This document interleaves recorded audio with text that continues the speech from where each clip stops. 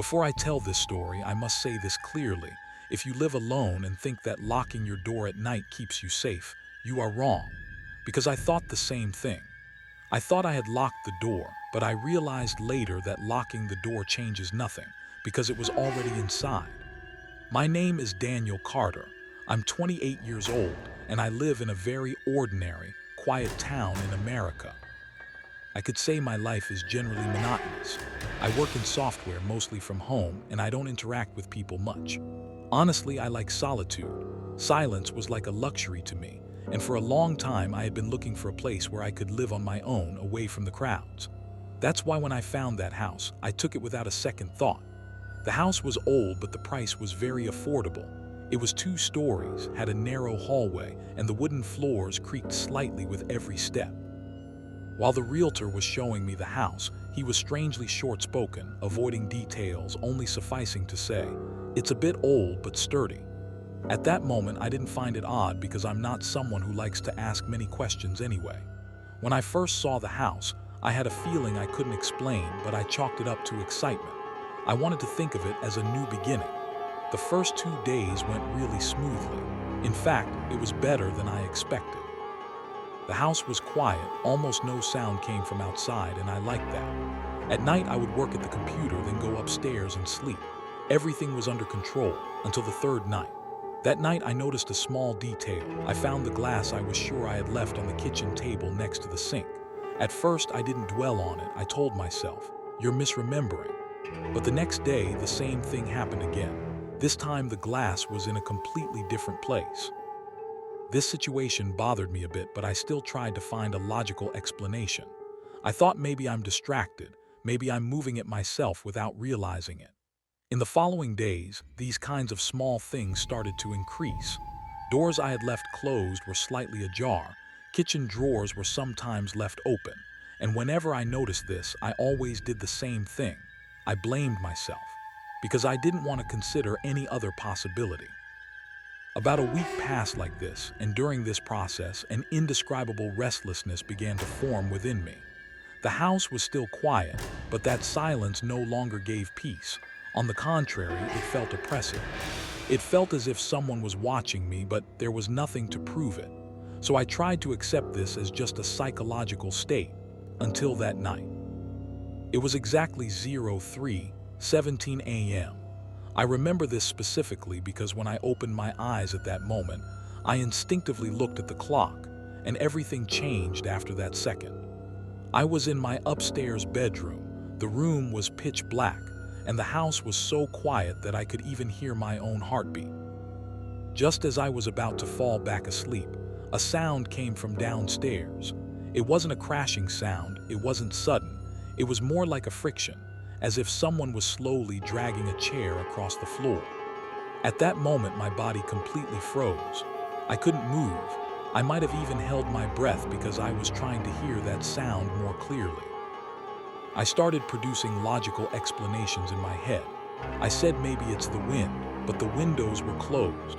I said maybe a sound from outside was reflecting, but this sound was very clearly coming from inside the house.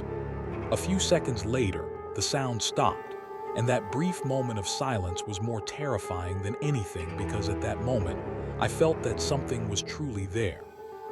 I slowly got out of bed. The moment my feet touched the floor, the wooden floor creaked slightly, and this sound felt louder than it should have been, as if everything in the house had heard it. I walked toward the door. My heart was beating so fast I felt like it was going to burst out of my chest. I opened the door and went out into the hallway, walking toward the top of the stairs. With every step, the fear inside me grew a bit more. When I reached the top of the stairs, I looked down, but I couldn't see anything. The bottom floor was completely dark. There was no light, no movement. I thought about turning on the light, but my finger didn't go to the switch, as if I turned on the light, I would actually see the thing that was there, and I wasn't ready for that. So I just listened. At first, there was nothing, then I heard a very faint sound. It wasn't a movement sound, it wasn't an object sound, it was a breathing sound. Someone was downstairs, and this was no longer a guess, it was a certainty. But this breathing sound wasn't normal. It was irregular, heavy, as if someone had been hiding for a long time and was breathing uncontrollably. At that moment, my mind went completely blank and only one sentence passed through me. You are not alone in the house. I took my phone out of my pocket. I wanted to call the police, but my hand froze. What if I'm wrong, I thought. What if there really is nothing and I'm just scaring myself? But that breathing sound came again, and this time it was closer, as if it was right at the bottom of the stairs. I stepped back. My heart was beating like crazy. I didn't know what to do. At that moment, what I realized was more terrifying than anything. I had locked the house door, meaning no one could have entered from outside. This meant that the person was either already inside, or I hadn't noticed after I let them in. For a few seconds, I remained completely motionless, then I very slowly stepped back. I wanted to return to my room, but I was afraid to turn my back to the stairs. Because at that moment, I had a very strong feeling. If I turn my back, I will see it. And right then, a single footstep came from downstairs. That single footstep from downstairs caused my entire body to lock up. It was as if time stopped at that moment, and I could only hear the beating of my heart. I focused my eyes on the darkness, but I couldn't make out anything. The bottom of the stairs was pitch black. I couldn't see if someone was there or not, but I now knew it wasn't a suspicion. Someone was there and moving. I slowly stepped back, trying to control my breathing because I didn't want to make even the slightest sound, as if I made a sound, that thing would notice me. I gripped my phone tighter, opened the screen to call the police, but my fingers were shaking, and I couldn't even dial the number correctly. Right at that moment, a second sound came from downstairs. This time it was clearer, as if someone had put their foot on the first step of the stairs. At that moment, the fear inside me gave way to pure panic. Without turning around, without taking my eyes off the stairs, I began to back away slowly and proceeded toward my room. When I reached the door, I went inside and closed it. But when I moved to lock it, I paused for a moment because a strange thought occurred to me. If I locked the door and that person was truly inside the house, this would only keep them on the same floor as me instead of stopping them. This thought was so absurd, but at that moment, logic was completely bypassed. Finally, I locked the door and leaned my back against it. My ears were turned toward the door, trying to hear even the slightest sound coming from outside. For a few seconds, nothing happened. Then, I heard that sound again. This time, another step from the stairs. A slow, heavy, and deliberate step. As if they weren't in a hurry. As if they knew where they were going. And worst of all, as if they knew where I was. What I realized at that moment hit my stomach like a punch. This person wasn't wandering randomly in the house. They were coming upstairs. They were coming toward me. I held my breath. I thought about turning on the light, but I couldn't because the light would give me away. The inside of the room was pitch black. There was only very faint street lamp light coming from the window, but even this wasn't enough to see anything clearly. I slowly moved toward the side of my bed and knelt down, hiding myself by the edge of the bed. I was looking at the door, unable to take my eyes off it. And then the steps stopped, right in front of my door. At that moment, I thought the sound of my heart could be heard from outside. There was someone right behind the door and they were doing nothing. Just waiting. A while passed. I don't know how long it was, but it felt like hours to me. Then the door handle moved very slightly. It was locked, but someone was pressing slowly from the outside as if checking if it was truly locked. At that moment, my body completely froze. I even stopped breathing. The door handle moved for a second or two more and then stopped. Silence. But this silence was different from the previous ones. This wasn't the silence of something ending, but the silence of something beginning.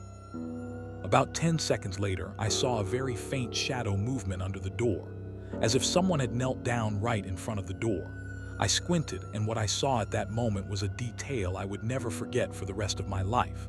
From the thin gap under the door, there wasn't an eye watching inside. There wasn't a face, but there was something there, as if someone was holding their face very close to the floor and listening to the inside. This wasn't normal behavior. This was the movement of someone consciously hiding. My phone was in my hand, but I still couldn't call the police. It felt like even the slightest movement would ruin everything. A few more seconds passed, and then that shadow slowly disappeared. The presence in front of the door had withdrawn, but it hadn't left. I could feel it. For about a minute, no sound came out. Then those footstep sounds started again. But this time they were moving away from my door. Slowly, they were going toward the stairs. One step, then another, then another. They were going downstairs. At that moment, a strange relief formed inside me, but this was very short-lived because immediately after, another thought came. If they were going downstairs, it didn't mean they were leaving. This only meant they were moving to another place. I didn't move for about 5 minutes. There was no sound. The house was quiet again, but this silence no longer provided safety. On the contrary, it was more terrifying because I didn't know when they would move again. Finally, forcing myself, I stood up and approached the door. I pressed my ear to the door. I heard nothing. I thought about opening the door, but I couldn't. Instead, I turned to the window. I parted the curtain very slightly and looked out. The street was completely empty. There were no cars, no people. Everything looked normal. But there was something not normal inside my house. At that moment, a real possibility occurred to me for the first time. Maybe this person hadn't entered the house that night, maybe. They had been here for days. This thought made me feel even worse because it meant every small detail I had experienced in the last week was meaningful. The glasses, the doors, all of it. Meaning this person was watching me. For days, suddenly I felt nauseous. I picked up my phone again, and this time, without thinking, I called the police. In a low voice, I gave my address and said there was someone in the house. The operator told me to stay calm and stay where I was. She said the police were on their way. But there was something I didn't notice at that moment. While I was talking on the phone, another very faint sound came from downstairs. This time it wasn't a chair sound, this was a drawer sound. And immediately after that sound, something much more horrific happened. From among those sounds coming from downstairs, my voice was heard. The same tone, the same way as if I were speaking. Don't call the police. At that moment I understood. This wasn't just someone, this was mimicking me. That voice from downstairs was my voice. That word I heard while talking on the phone, that intonation, that pause for breath, they all belonged to me, but at that moment I knew for certain that I wasn't making that sound. When it said, "Don't call the police," it was as if all warmth was drained from inside my body. The phone in my hand grew heavy, and despite hearing the operator's voice, I couldn't answer her. The woman kept saying, "Sir, are you there?" But I was only looking at the door because I no longer knew what was behind it. Rather, I had begun to realize that this wasn't just a human. I didn't hang up the phone, but I covered my mouth, starting to listen without a word. Something was moving downstairs, more boldly this time. Drawers were opening, closing. Things were being moved in the kitchen. But among these sounds, the most terrifying thing was hearing my voice again every now and then. It was repeating the same sentences. Sometimes a word I had just said on the phone. Sometimes something I had said to myself a few hours ago, as if it had listened to me and recorded me. At that moment, a single thought formed in my brain. This thing hadn't just watched me, it had learned me. I slowly backed away and moved toward the corner of the room. My eyes were on the door, but my mind was now trying to understand something bigger. If this entity had been here for days, knew the house, and could mimic my voice, then this wasn't a random situation. This was planned. The sounds from downstairs stopped all at once. This sudden silence was heavier than ever. Something had changed. I could feel it. And then very slowly, a light filtered under my door. But this wasn't a normal light. This was a phone screen light. I froze. Someone was right on the other side of the door, and they were holding a phone. The light moved slightly, as if someone was holding the phone close to the ground and trying to illuminate the inside. At that moment, my heart was beating so fast I thought it would burst. And then a shadow appeared next to that light. A hand, it slowly approached the gap under the door. The fingers were thin, long, and abnormally still. At that moment, the fear inside me became uncontrollable, but I still made no sound.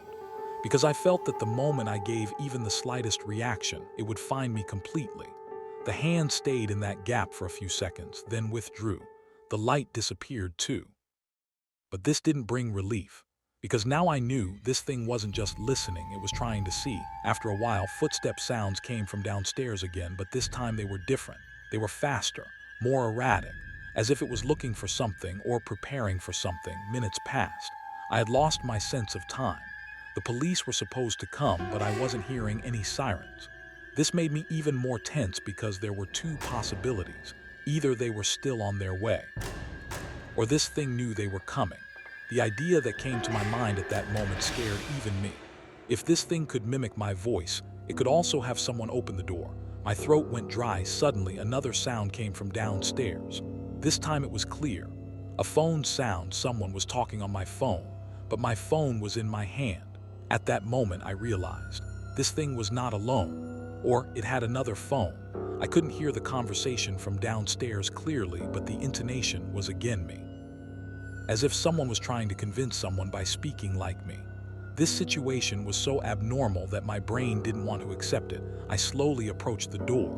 With every step, the fear inside me grew, but now just hiding wasn't enough. I had to understand something. I stood right next to the door. I put my hand on the door handle but didn't touch it. I just listened. And then, while my ear was close to the door, I heard a very faint whisper from the other side of the door. But this wasn't a sentence. This was my name. Daniel. I froze. The voice was so close it was as if it was coming from inside the door. And most terrifyingly, this time the voice was not my voice. This was something else. It was in a muffled, deep, and non-human tone. I slowly backed away.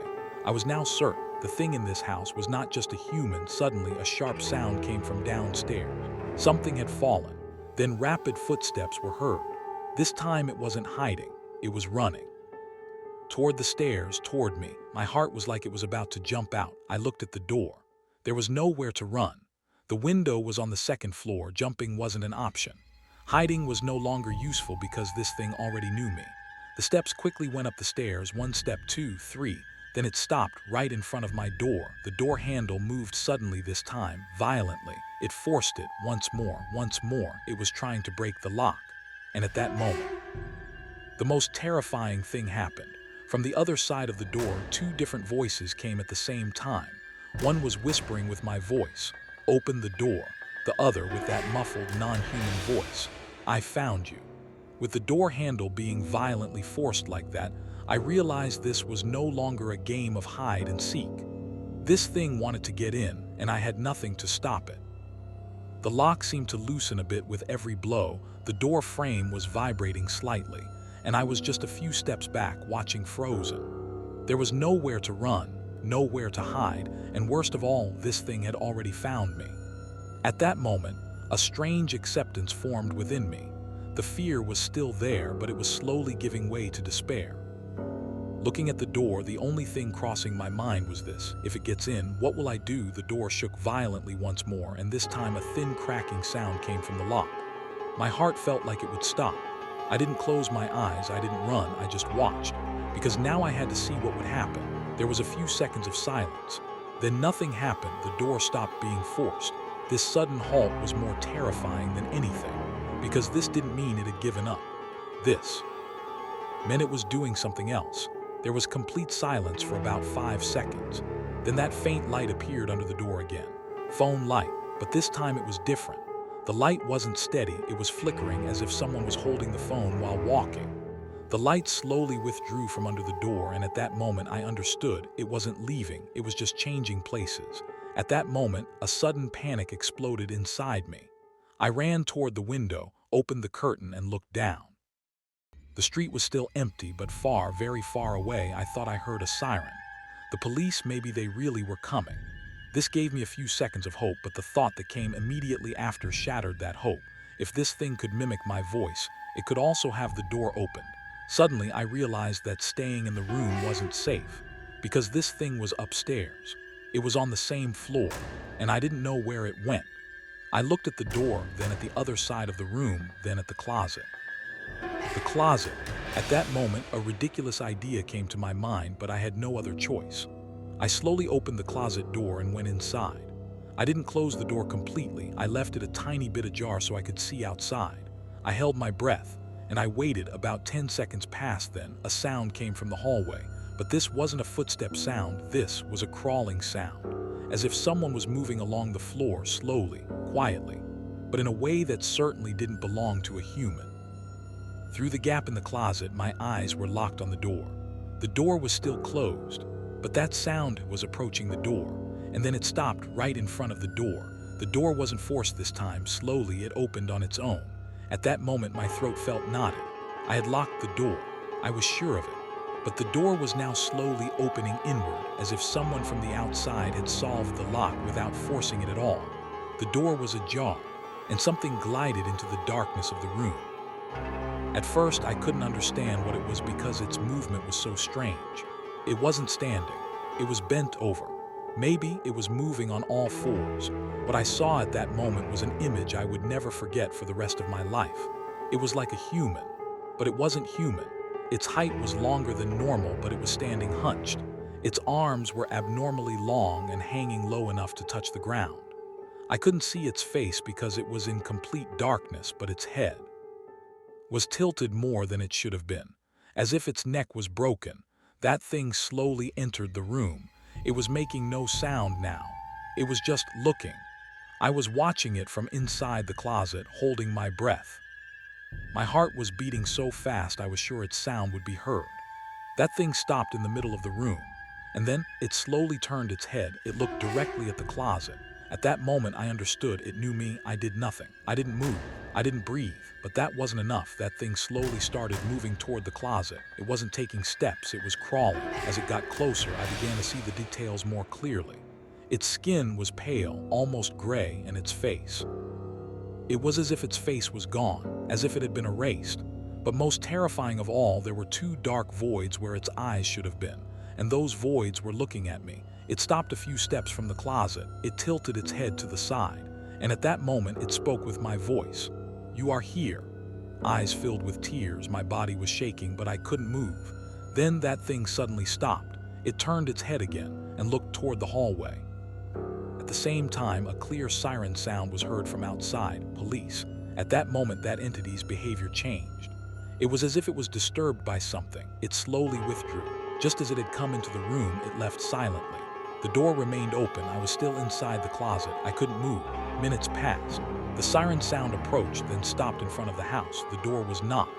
"Police, open the door." The voice was real, but I couldn't move, because in my mind there was only one question. What if this is a mimicry too? With the knocking on the door, the numbness of my body slowly began to dissolve, but moving was still incredibly difficult.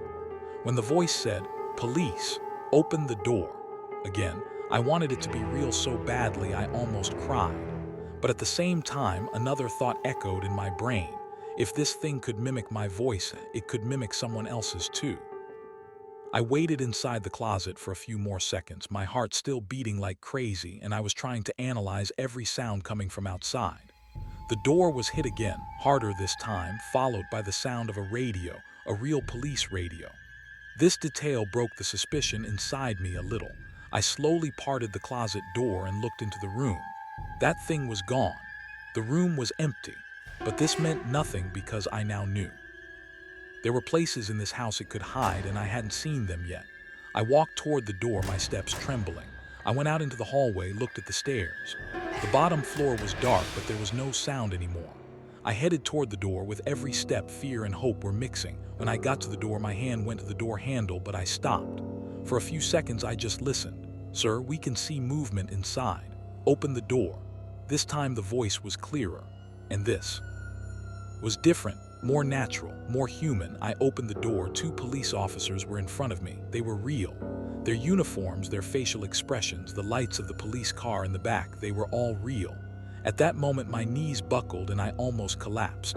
They caught me, took me inside, and told me to stay calm. I tried to speak, but the words weren't coming out of my mouth properly. "There's someone in the house," I could only say. One of the police immediately drew his gun and headed inside. The other stayed with me. The house was quickly checked. The rooms, the kitchen, the living room, everywhere. But no one was there. There was no trace.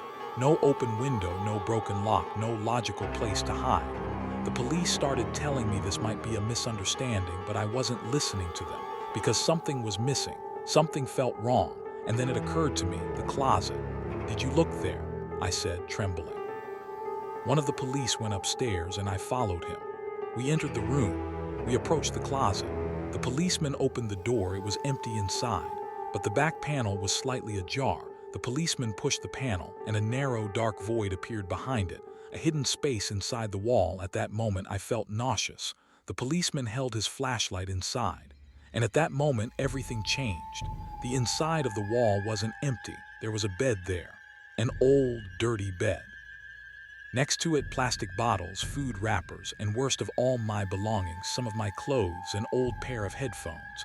And a phone, the policeman took the phone, opened the screen. A recording was open on the screen. He pressed the play button, and my voice echoed in the room. But this time it was different. This recording belonged to days ago. The moments I talked to myself while wandering around the house, they had all been recorded. That thing hadn't just watched me for days, it had recorded me. The policeman turned to me, his face turning serious. This was prepared by someone. But I wasn't listening to him because at that moment I noticed something else. That narrow space inside the wall was too big for just one person, as if it was made for more than one person. I slowly backed away, my heart accelerated again. The policeman was still examining the inside, but I was thinking about something else now. That thing wasn't alone. Right then, a sound came from downstairs, the door. It was closing slowly. We all froze. One of the police immediately ran downstairs. I was looking after him but couldn't move. And then a voice rose from downstairs, a voice, my voice. But this time it wasn't coming from upstairs, it was coming from downstairs. Daniel, throat went dry. The policeman was downstairs, but that voice wasn't his voice. I slowly approached the stairs. I looked down, and at that moment I saw it again. But it wasn't alone. Inside the darkness there was another one, and this time both were looking at me together. After that incident, I moved out of that house. The police closed the file. Officially, no one was found in the house. But I know the truth, because the things I saw that night weren't a figment of my imagination. And worst of all, weeks after this incident ended, while I was going through old files on my phone one night in my new house, I noticed something. In my gallery, there was a video I hadn't taken. The video had been recorded in the middle of the night. I pressed play. The image was dark, but a few seconds later it cleared up. The camera was showing my bed. I was sleeping. And in the corner of the image, inside the darkness, something was standing, motionless, silent, just watching. Just before the video ended, that thing very slowly turned its head toward the camera. And at that moment, the screen went black. But the real problem is this: I had locked my door that night.